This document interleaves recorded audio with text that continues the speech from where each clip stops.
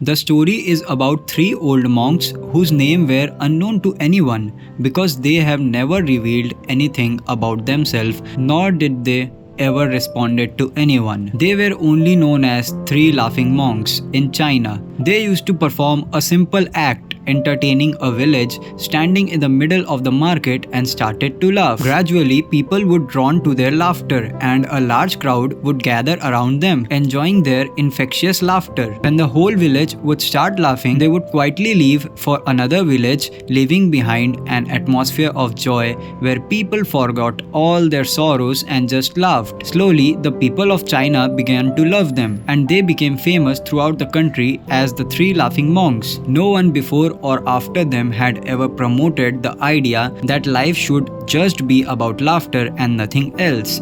They especially never laughed at anyone. Their laughter was as if they understood the cosmic joke, as if they understood the joke of God. Without using a single word, they spread so much joy throughout the China as no one had ever done before. People would ask them for their name, but they just laughed, and that became their identity. The three laughing beggars traveled across China, spreading laughter wherever they went.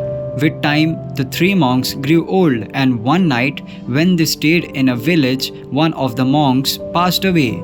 The entire village was shocked because they had expected that when one of them died, the other two would cry, as no one had ever seen them cry before. When morning came, the whole village gathered.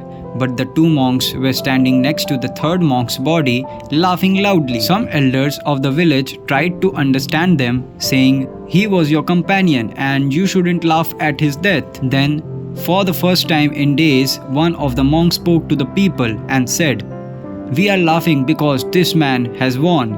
We always thought about who would die first, but this man has defeated us by dying first. We are laughing at the victory of his spirit.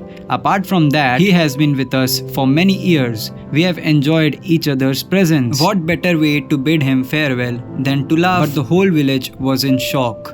When the monk's body was taken to funeral pyre, the villagers realized that the remaining two monks had not changed their clothes before. When the third monk's body was set on fire, the villagers saw that the monk had hidden some old Chinese firecrackers in his clothes before dying. After the fire ignited, the colorful fireworks burst into the sky, and upon seeing this, the entire village burst into laughter once again. In this way, even after the death of the third monk, he made the entire village laugh. Upon seeing this, the remaining two monks said, "You may have killed the driver, but you have never defeated us once again.